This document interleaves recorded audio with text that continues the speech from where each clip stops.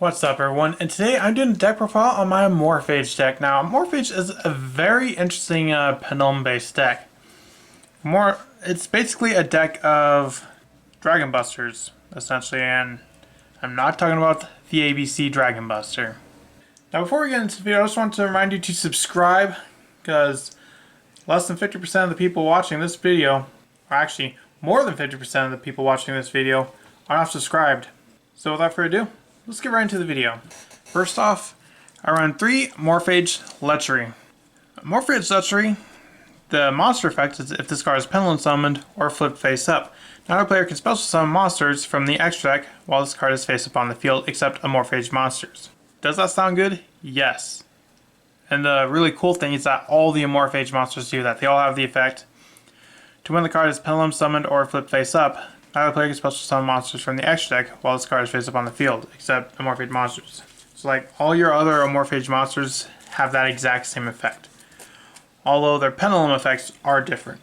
For Lechery, if you control an Amorphage monster, now the player can activate spell cards or their effects except for Amorphage cards. And once per turn, during your standby phase, tribute one monster or destroy this card. Unfortunately, all the Amorphage pendulum monsters have that effect to where during your standby phase, tribute a monster or destroy this card.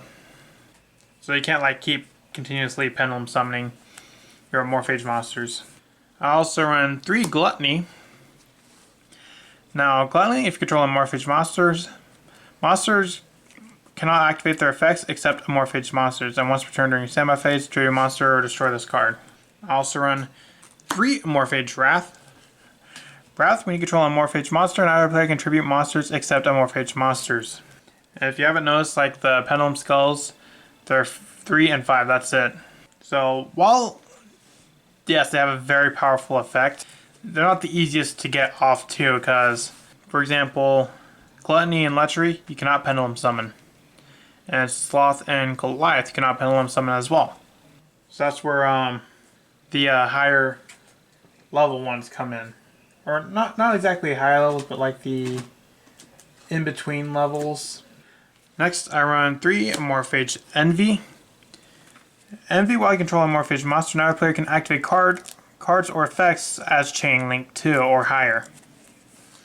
I run 3 Amorphage Pride.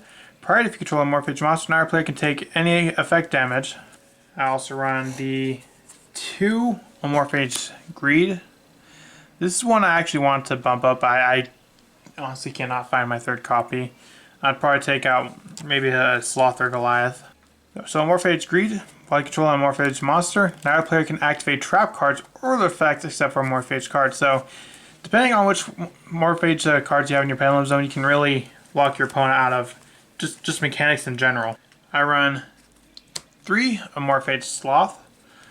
Sloth, when you control a Amorphage monster, now the player can add cards from their deck to the hand, except by drawing them. So it's like kind of like an Ash Blossom, or I guess more correctly, it's kind of more like a Colossus. I also run 3 Amorphage Goliath. That is the highest leveled one.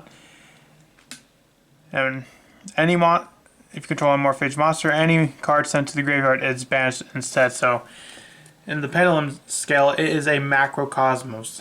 Yeah, the Amorphage monsters are very powerful, but also have pretty hard downsides. But honestly, even with those downsides, you can sometimes still get one of them to stick. And once you get one to stick, that's already going to be restricting what your opponent can do.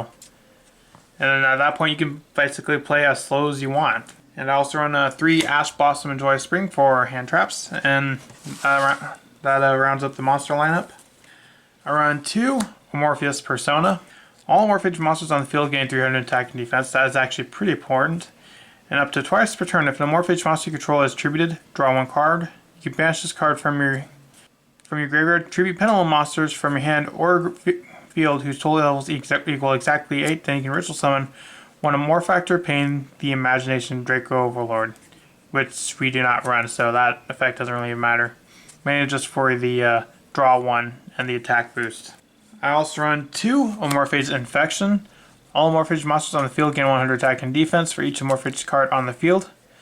And if a monster in your hand or your control is tributed or destroyed by battle or a card effect, you can add one Amorphage card from your deck to your hand. These cards are pretty important, although you don't want to have multiple copies because while they can be pretty useful, they're not like a huge difference maker. Next, I run 3 Paw of Extravagance. Paw of Extravagance, you run out 3 because their effects literally say you can neither play, you can special summon monsters from the extra deck except Amorphage monsters. So your extra deck does not matter in slice. You can't even use your extra deck. Even if you don't almost, like the only way you can do it is like if you, let's say, normal summon it, but that's not gonna, that's really slow doing it that way. So for the most part, your extra deck is completely irrelevant. I'm also playing 3 Wavering Eyes. Wavering Eyes has an effect. You can destroy as many cards in each player's pendulum zone as possible, then apply these effects in sequence depending on the number of cards destroyed by this card effect. 1. Inflict 500 damage to your opponent. 2. You can add a pendulum monster from your main deck to your hand. 3. You can manage 1 card on the field. And 4. You can add 1 Wavering Eyes from your deck to your hand. The main reason that I run Wavering Eyes is because of the Amorphage's effect to destroy themselves during the standby phase. So let's say I'm going first. I will have, let's say, these 2 on the pendulum scale. And before my turn ends, I can activate Wavering Eyes to destroy them because they're going to attribute themselves anyway, to add a pendulum monster. Also on the 1 Pendulum Paradox, since your Amorphage destroy themselves and send themselves to the extra deck pretty easily, this can definitely help with getting them back. Moving on to the traps, I run 3 Pendulum Reborn. Pendulum Reborn, you special summon 1 face of Pendulum monster from your extra deck or 1 Pendulum monster from your graveyard. So it's pretty good at getting your Pendulum, your Amorphage from your extra deck or grave to your field. Next, we move on to the extra deck, which I'm kind of just going to skim through it because, in all honesty, it does not really matter in the slightest. Like you could just play a bunch of random cards. I run 1 Striker Dragon. Don't really use it because I don't play Boot Sector or anything like that. That's just a Link 1. I run 2 Gravity Controller, the 1 Hieratic Seals, and the 1 Dragoonity Knight Romulus. I also run Barricade Ward Blocker, Equimax, and Avermax. And Appaloosa and Access Code to round out the Link monsters. I do play some XZ monsters in the form of Abyss Dweller, Cowboy, Dugaris, Dingirsu, and Zeus. So what do you think of Amorphage? Do you think it's a pretty cool deck? Do you think it has potential? Let me know in the comments and I'll see you in the next video I make. Bye.